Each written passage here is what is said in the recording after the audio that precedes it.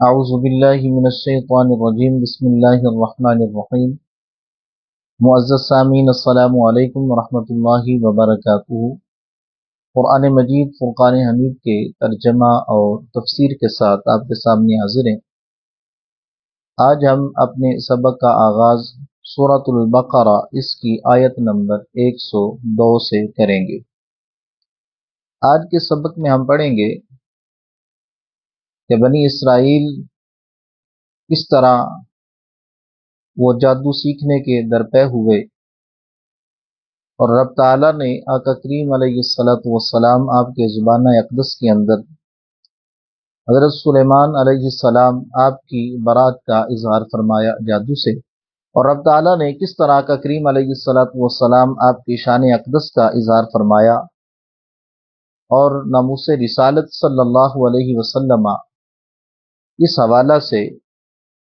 رب تعالیٰ نے قرآن مجید فرقان حمید کے اندر جو موقف بیان فرمایا ہے کہ ہر وہ لفظ جس کے اندر گستاخی کا شائبہ بھی پایا جائے وہ بھی انبیاء کرام علیہ السلام اور بالخصوص آقا کریم علیہ السلام آپ کے لیے بولنا یہ جائز نہیں۔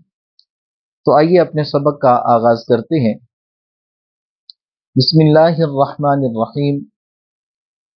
وَاتَّبَعُوا مَا تَتْلُو الشَّيَاطِينُ عَلَى مُلْكِ سُلَيْمَانَ وَمَا كَفَرَ سُلَيْمَانُ وَلَكِنَّ الشَّيَاطِينَ كَفَرُوا يُعَلِّمُونَ النَّاسَ السِّحْرَ وَمَا أُنزِلَ عَلَى الْمَلَكَيْنِ بِبَابِلَ هَارُوتَ وَمَارُوتَ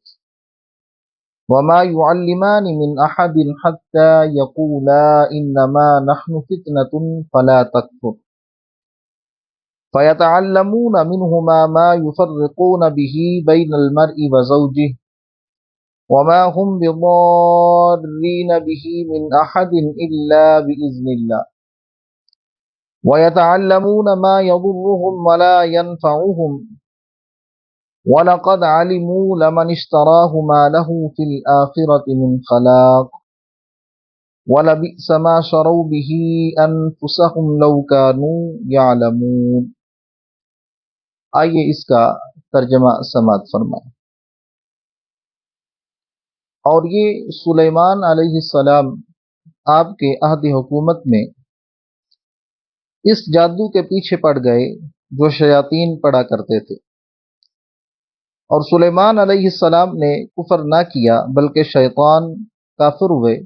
جو لوگوں کو جادو سکھاتے تھے، اور یہ تو اس جادو کے پیچھے بھی پڑ گئے تھے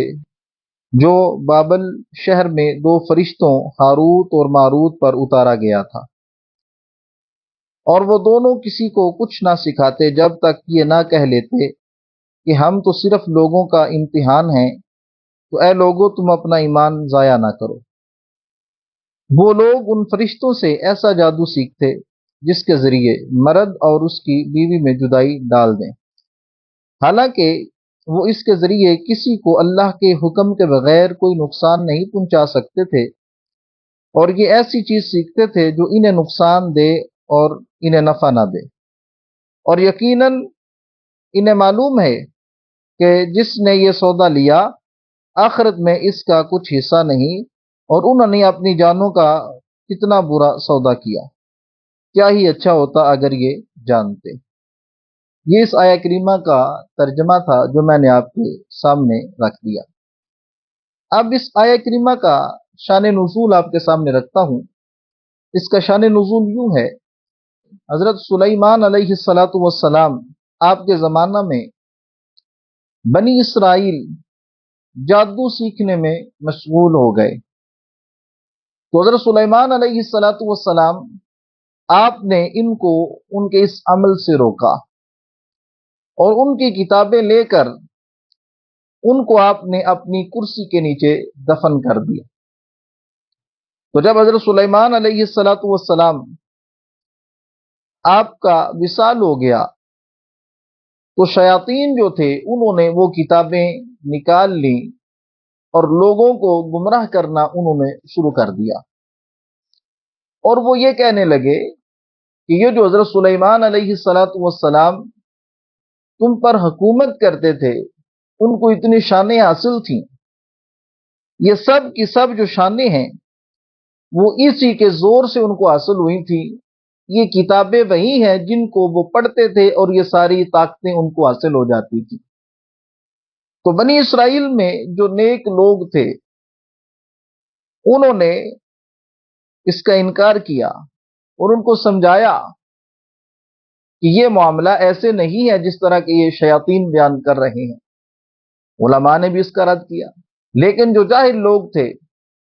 انہوں نے اس جادو کو حضرت سلیمان علیہ السلام آپ کا علم مان لیا اور ان کے بہکاوے میں آ کر یعنی شیاطین کے بہکاوے میں آ کر وہ جادو سیکھنے لگے. اور انہوں نے انبیاء پر جو رب تعالیٰ نے کتابیں نازل فرمائی تھیں ان کو چھوڑ دیا، بلکہ شیاطین کے بہکاوے میں آ کر انہوں نے جادو سیکھنا اس کو شروع کر لیا. اور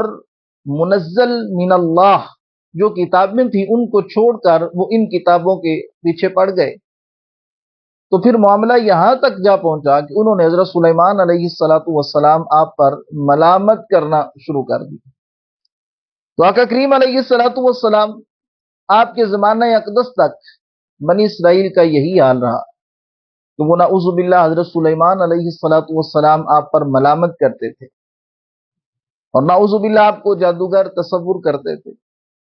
تو جب آقا کریم علیہ السلام آپ کا زمانہ اقدس آیا تو رب تعالیٰ نے اس آیہ کریمہ کو نازل فرمایا اور اس آیہ کریمہ کے ذریعے رب تعالیٰ نے حضرت سلیمان علیہ السلام کی جادو سے برات کا اظہار فرمایا. اور یہ شرف رب تعالیٰ نے آقا کریم علیہ السلام آپ کو اور آپ کی امت کو عطا فرمایا کہ رب تعالیٰ نے جو کتاب مسلمانوں کو عطا فرمائی اس کتاب کے اندر رب تعالیٰ نے اپنے مقرب بندے مقرب نبی ان کی برات کا اظہار فرمایا ہے.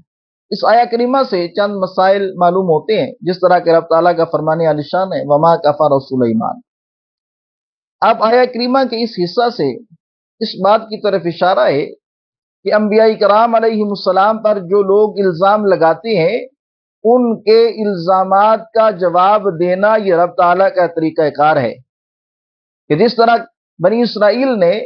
ان شیطانوں کے بہکاوے میں آ کر حضرت سلیمان علیہ السلام آپ پر الزامات لگائے، نعوذ باللہ آپ کی طرف جادو کی نسبت کی، آپ پر ملامت کی، تو رب تعالیٰ نے قرآن مجید فرقان حمید کے اندر یہ ارشاد فرمایا وما کفر سلیمان. یہ ارشاد فرما کر رب تعالیٰ نے ان کے تمام الزامات کا جواب دیا اور ان کو رد فرما دیا. تو معلوم ہوا کہ انبیاء کرام علیہ السلام آپ کی طرف اگر کوئی بندہ ایسے الفاظ کی نسبت کرتا ہے یا کسی ایسی چیز کی نسبت کرتا ہے جو ان کی شیان شان نہیں تو اس کا رد کرنا، اس کو ان سے دور کرنا یہ رب تعالیٰ کا طریقہ کار ہے. اور اسی طرح رب تعالیٰ نے یہاں پر اس چیز کو بھی بیان فرمایا کہ رب تعالیٰ نے دو فرشتے ہاروت اور ماروت جو ہیں ان کو مقام بابل میں نازل فرمایا. اور کس وجہ سے کہ وہ بنی اسرائیل کی آزمائش کریں اور ان کو آزمائیں، ان کی آزمائش کریں تاکہ پتہ چلے کہ ان کے اندر موحد کون ہیں، ان کے اندر پکے مسلمان کون ہیں اور کون ایسے ہیں جو سیدھے رستے سے ہٹ گئے. اب ہاروت اور ماروت کے بارے میں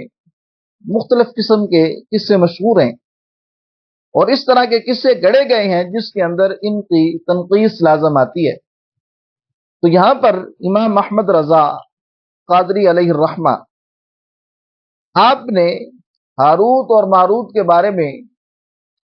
جو کلام فرمایا ہے اس کا خلاصہ میں آپ کے سامنے رکھتا ہوں. آپ بیان فرماتے ہیں کہ ہاروت اور ماروت کے بارے میں جو واقعہ مشہور ہے، جس طرح عوام کے اندر وہ سنایا جاتا ہے، سنا جاتا ہے، جس طرح وہ مشہور ہو چکا ہے، ائمہ کرام نے اس کا شدید انکار فرمایا ہے اور اس کی تفصیل شفا شریف کے اندر موجود ہے اور اس کی شروحات میں موجود ہے. یہاں تک کہ امام اجل قاضی ایاز رحمت اللہ تعالی علیہ نے فرمایا ہاروت اور ماروت کے بارے میں یہ خبریں یہودیوں کی کتابوں اور ان کی گڑی ہوئی باتوں میں سے ہیں اور راجع یہی ہے کہ ہاروت اور ماروت دو فرشتے ہیں جنہیں اللہ تعالیٰ نے مخلوق کی آزمائش کے لیے مقرر فرمایا ہے.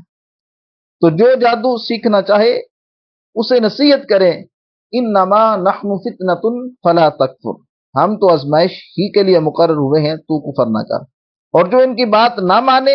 وہ اپنے پاؤں پر چل کر خود جہنم میں جائے۔ یہ فرشتے اگر جادو سکھاتے ہیں تو وہ فرما برداری کر رہے ہیں، نہ کہ نافرمانی کر رہے ہیں، کیونکہ رب تعالیٰ نے ان کو آزمائش بنا کر بنی اسرائیل کے اندر بھیجا تھا، اور ان کا کام یہ تھا کہ انہوں نے اس طرح ان کی آزمائش کرنی ہے، تو لہٰذا ان کا جادو سکھانا جو تھا اس وقت اس بنی اسرائیل کی آزمائش کے لیے وہ رب تعالیٰ کی فرما برداری تھی، نہ کہ نافرمانی تھی۔ تو ان کے بارے میں جو قصے مشہور ہیں تو آپ بیان فرماتے ہیں کہ وہ یہودیوں کے من گڑھے تھے، یہودیوں کی کتابوں کے اندر موجود ہیں، لہٰذا یہودیوں کے وہ وضع کرتا ہے، ان کو بیان کرنا یہ بالکل جائز نہیں، اور علماء کرام نے ان کا شدید رد فرمایا ہے۔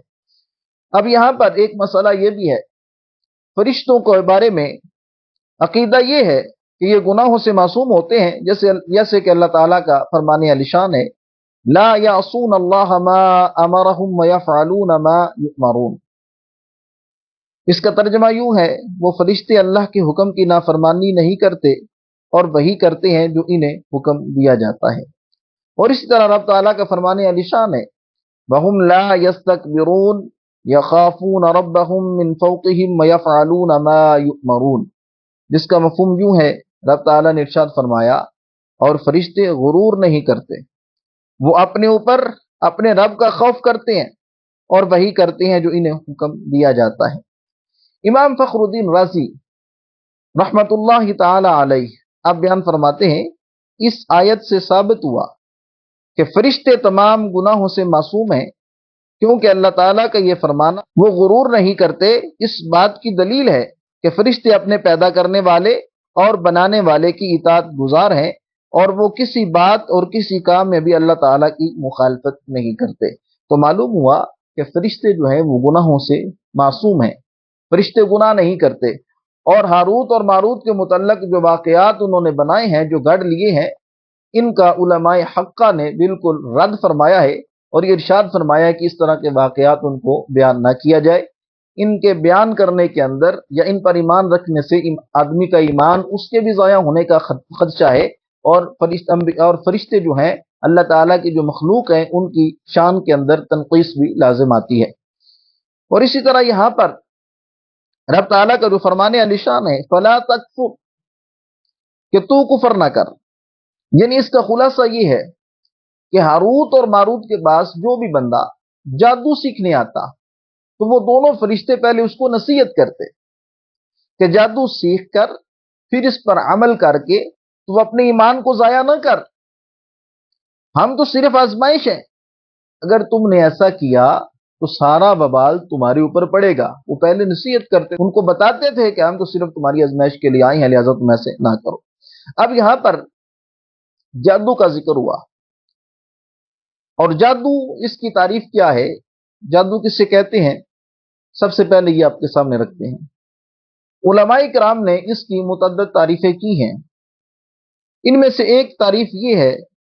کہ کسی شریر اور بدکار شخص کا مخصوص عمل کے ذریعے عام عادت کے خلاف کوئی کام کرنا وہ جادو کہلاتا ہے۔ اور جادو فرما بردار اور نافرمان لوگوں کے درمیان امتیاز کرنے اور لوگوں کی آزمائش کرنے کے لیے نازل ہوا ہے۔ جو اس کو سیکھ کر اس پر عمل کرے کافر ہو جائے گا، بشرطے کہ اس جادو میں ایمان کے خلاف کلمات اور افعال ہوں، اور اگر کفر یا کلمات و افعال نہ ہو تو کفر کا حکم نہیں۔ اب یہاں پر آقا کریم علیہ الصلوۃ والسلام آپ کی چند احادیث بھی میں آپ کے سامنے رکھتا ہوں، جس کے اندر آپ نے جادو کی مذمت بیان فرمائی ہے۔ پہلی حدیث مبارکہ اس کو حضرت عثمان بن ابی عاص رضی اللہ تعالی عنہ آپ روایت کرتے ہیں۔ آپ بیان فرماتے ہیں کہ میں نے آقا کریم علیہ الصلوۃ والسلام آپ کو ارشاد فرماتے ہوئے سنا کہ آپ نے ارشاد فرمایا، اللہ تعالیٰ کے نبی حضرت داؤد علیہ الصلوۃ والسلام رات کی ایک گھڑی اپنے گھر والوں کو بیدار کرتے اور ارشاد فرماتے، اے آل داؤد اٹھو اور نماز پڑھو، کیونکہ اس گھڑی میں اللہ تعالیٰ جادوگر اور ناحق ٹیکس لینے والوں کے علاوہ ہر ایک کی دعا کو قبول فرماتا ہے۔ تو اسی طرح دوسری حدیث مبارکہ بھی آپ کے سامنے رکھتا ہوں۔ حضرت ابو موسیٰ اشعری آپ سے روایت ہے کہ آقا کریم علیہ الصلوۃ والسلام آپ نے ارشاد فرمایا، شراب کا عادی اور جادو پر یقین رکھنے والا اور قطع رحمی کرنے والا جنت میں داخل نہیں ہوگا۔ یعنی بالکل واضح آقا کریم علیہ الصلوۃ والسلام آپ کے الفاظ ہیں، اور آپ نے جادو کی مذمت فرمائی ہے کہ آپ بیان فرماتے ہیں کہ ایک جو شرابی آدمی ہے جو شراب کا عادی ہو جاتا ہے اور توبہ نہیں کرتا، اور اسی طرح جو آدمی جادو پر یقین رکھتا ہے، توبہ نہیں کرتا، جادو کرتا ہے، کرواتا ہے، اور اسی طرح قطع رحمی کرنے والا، تو آپ بیان فرماتے ہیں کہ ایسے جو افراد ہیں وہ کبھی بھی جنت میں داخل نہیں ہوں گے۔ تو معلوم ہوا کہ جادوگر جو ہے، جادو کرنے والا، یہ بھی جنت میں داخل نہیں ہوگا۔ اب یہاں پر رب تعالیٰ کو جو فرمانے علی شان ہے اس آیہ کریمہ کے اندر، وَمَا هُمْ بِضَارِّينَ بِهِ مِنْ أَحَدٍ إِلَّا بِإِذْنِ اللَّهِ۔ اب یہاں پر اس آیہ کریمہ کے اس حصہ سے چند مسائل معلوم ہوتے ہیں، وہ بھی آپ کے سامنے رکھتا ہوں کہ جو رب تعالیٰ نے ارشاد فرمایا ہے، اور وہ نقصان پہنچانے والے نہیں مگر اللہ تعالیٰ کے حکم کے ساتھ۔ اب یہاں پر یہ بات واضح ہو گئی کہ مؤثر حقیقی اللہ تعالیٰ کی ذات ہے، اور اسباب کی تاثیر اللہ تعالیٰ کی مشیت یعنی چاہنے کے تحت ہے۔ یعنی اللہ تعالیٰ چاہے تو کوئی شے اثر کر سکتی ہے، اگر اللہ تعالیٰ نہ چاہے تو اثر نہ کرے، یعنی آگ وہ جلا نہ سکے، پانی پیاس بجھا نہ سکے، اور دوا جو ہے وہ شفا دے نہ سکے۔ یعنی ہر چیز کے اندر جو تاثیر ہے اس کا اثر جو ہے یہ اللہ تعالیٰ کے چاہنے پر موقوف ہے۔ اگر اللہ چاہے تو وہ اثر کرے، اگر اللہ نہ چاہے تو وہ اثر نہ کرے۔ تو اسی طرح جادو، اس کی جو تاثیر ہے یہ بھی رب تعالیٰ کی اذن سے ہے۔ رب تعالیٰ کے اذن کے بغیر اس کے اندر کچھ بھی نہیں۔ اور رب تعالیٰ نے چونکہ بطور آزمائش ان فرشتوں کو نازل فرمایا تھا، وہ بالکل واضح طور پر رب تعالیٰ نے بیان فرمایا، وَمَا هُمْ بِضَارِّينَ بِهِ مِنْ أَحَدٍ إِلَّا بِإِذْنِ اللَّهِ، یہ کسی کو بھی نقصان نہیں پہنچانے والے مگر اللہ کی اذن کے ساتھ۔ تو معلوم ہوا کہ ہر چیز کے اندر تاثیر جو ہے وہ اللہ تعالیٰ کی مشیت کے تحت ہے، اور رب تعالیٰ نے جو قرآن پاک نازل فرمایا ہے اس کے اندر وہ آیات نازل فرمائی ہیں، وہ صورتیں نازل فرمائی ہیں جن کے اندر رب تعالیٰ نے یہ تاثیر رکھی ہے۔ اگر ایک طرف کوئی شریر آدمی جادو کرتا ہے اور دوسری طرف اللہ کا نیک بندہ مسلمان قرآن پاک کی ان آیات، ان صورتوں کی تلاوت کرتا ہے، تو رب تعالیٰ کا کلام، اس میں رب تعالیٰ نے اتنی برکت رکھی ہے، اس سے وہ جادو کی کاٹ ہو جاتی ہے۔ آئیے اگلی آیہ کریمہ میں آپ کے سامنے رکھتا ہوں۔ رب تعالیٰ کا فرمانے علی شان ہے، وَلَوْ أَنَّهُمْ آمَنُوا وَاتَّقَوْا لَمَثُوبَةٌ مِّنْ عِندِ اللَّهِ خَيْرٌ لَوْ كَانُوا يَعْلَمُونَ۔ اس کا ترجمہ یوں ہے، اور اگر وہ ایمان لاتے اور پرہیزگاری اختیار کرتے تو اللہ کے یہاں کا ثواب بہت اچھا ہے اگر یہ جانتے۔ اب یہاں پر اس آیہ کریمہ کے اندر رب تعالیٰ نے آقا کریم علیہ السلام آپ کے زمانہ اقدس کے اندر جو یہودی ہیں ان کے بارے میں ارشاد فرمایا کہ اگر یہ آقا کریم علیہ السلام آپ پر ایمان لے آتے، آپ کو اللہ تعالیٰ کا نبی تسلیم کر لیتے، قرآن پاک کو اللہ تعالیٰ کی کتاب مان لیتے، اللہ تعالیٰ کی توحید کو صحیح طریقے سے مان لیتے تو ان کے لیے بہتر تھا، اور جو کچھ رب تعالیٰ نے ان کو ایمان کے بدلے میں ثوابات عطا فرمانے تھے وہ سارے ثوابات دنیا کی نعمتوں سے بہت ہی زیادہ ہیں۔ آگے اس سے اگلی آیہ کریمہ میں آپ کے سامنے رکھتا ہوں۔ رب تعالیٰ کا فرمانے علی شان ہے، یا ایھا الذین آمنوا لا تقولوا راعنا وقولوا انظرنا واسمعوا وللکافرین عذاب علیم۔ اس کا ترجمہ یوں ہے، اے ایمان والو، راعنا نہ کہو اور یوں عرض کرو کہ حضور ہم پر نظر رکھیں، اور پہلے ہی بغور سنو اور کافروں کے لیے دردناک عذاب۔ اب اس آیہ کریمہ کا شان نزول یوں ہے، نبی اکرم صلی اللہ علیہ وسلم آپ جب اپنے اصحاب کو دین کی تبلیغ فرماتے اور کبھی کبھی صحابہ اکرام علیہم رضوان درمیان میں عرض کرتے، راعنا یا رسول اللہ، یا رسول اللہ صلی اللہ علیہ وسلم ہماری رعایت کیجیے، ہمیں یہ مسئلہ دوبارہ بیان فرما دیں، ہمیں یہ سمجھا دیں۔ تو یہ لفظ صحابہ اکرام علیہم رضوان بولتے تھے، راعنا یا رسول اللہ، کہ یا رسول اللہ ہماری رعایت کیجیے۔ تو یہاں پر جو یہودی موجود تھے ان کی لغت کے اندر یہ کلمہ بے ادبی سمجھا جاتا تھا، وہ زبان کو کھینچ کر اس لفظ کو ادا کرتے تھے اور بے ادبی والا معنی لیتے تھے۔ تو جب انہوں نے یہ کام کرنا شروع کر دیا کہ اس لفظ کو بگاڑ کر انہوں نے اس کا بے ادبی والا معنی لینا شروع کر دیا، تو حضرت سعد بن معاذ رضی اللہ تعالی عنہ، کیونکہ آپ یہودیوں کی اصطلاح سے واقف تھے، جب انہوں نے سنا تو انہوں نے فرمایا کہ اے دشمنان خدا، تم پر اللہ کی لعنت ہو، اگر میں نے اب کسی کی زبان سے یہ کلمہ سنا تو اس کی گردن اڑا دوں گا۔ تو یہودیوں نے کہا آپ ہم پر تو برہم ہوتے ہیں، ہمیں کہتے ہیں کہ یہ لفظ نہ کہو، اس کے اندر تم میرے محبوب کی گستاخی کرتے ہو۔ معاملہ تو ایسے ہے کہ مسلمان بھی یہ لفظ بولتے ہیں، حالانکہ مسلمان یہ لفظ صحیح بولتے تھے، وہی زبان کو بگاڑ کر یہ لفظ بولتے تھے جس سے معنی بدل جاتا تھا۔ مسلمان بالکل ٹھیک لفظ بولتے تھے۔ جب آپ نے ان کا یہ جواب سنا تو پریشان ہو کے آقا کریم علیہ الصلوۃ والسلام آپ کی خدمت اقدس میں حاضر ہوئے، تو رب تعالیٰ نے آیا کریمہ نازل فرما دی، جس کے اندر رب تعالیٰ نے ارشاد فرمایا یا ایھا الذین آمنوا لا تقولوا راعنا، کہ اے ایمان والو اب تم نے لفظ راعنا نہیں کہنا، کیونکہ اس لفظ کے اندر دوسرا معنی بھی پایا جاتا ہے جو معنی میرے محبوب کی شان کے لائق نہیں، لہذا تم نے اب راعنا نہیں کہنا بلکہ کیا عرض کرنی ہے انظرنا، یا رسول اللہ صلی اللہ علیہ وسلم ہم پر نظر کرم فرمائیے۔ اب تم نے یہ لفظ نہیں کہنا بلکہ انظرنا کہنا ہے اور پہلے ہی غور سے سننا ہے۔ اس آیہ کریمہ سے معلوم ہوا کہ انبیاء کرام علیہ الصلوۃ والسلام کی تعظیم و توقیر اور ان کے جناب میں ادب کا لحاظ کرنا فرض ہے، اور جس کلمہ میں ترک ادب کا معمولی سا بھی اندیشہ ہو وہ زبان پہ لانا ممنوع ہے۔ تو لہٰذا معلوم ہوا کہ ہر ایسا لفظ جس کے اندر انبیاء کرام علیہ السلام آپ کی شان کے جو آپ کی شان کے لائق نہ ہو، جس کے اندر گستاخی کا شائبہ ہو، ادنا سا بھی شائبہ ہو، تو مسلمانوں کو وہ لفظ اپنی زبان پر بھی نہیں لانا چاہیے۔ اور دوسرا مسئلہ اس سے یہ معلوم ہوا کہ رب تعالیٰ نے خود آقا کریم علیہ الصلوۃ والسلام آپ کی ناموس کی حفاظت فرمائی اور ارشاد فرمایا کہ راعنا نہیں کہنا،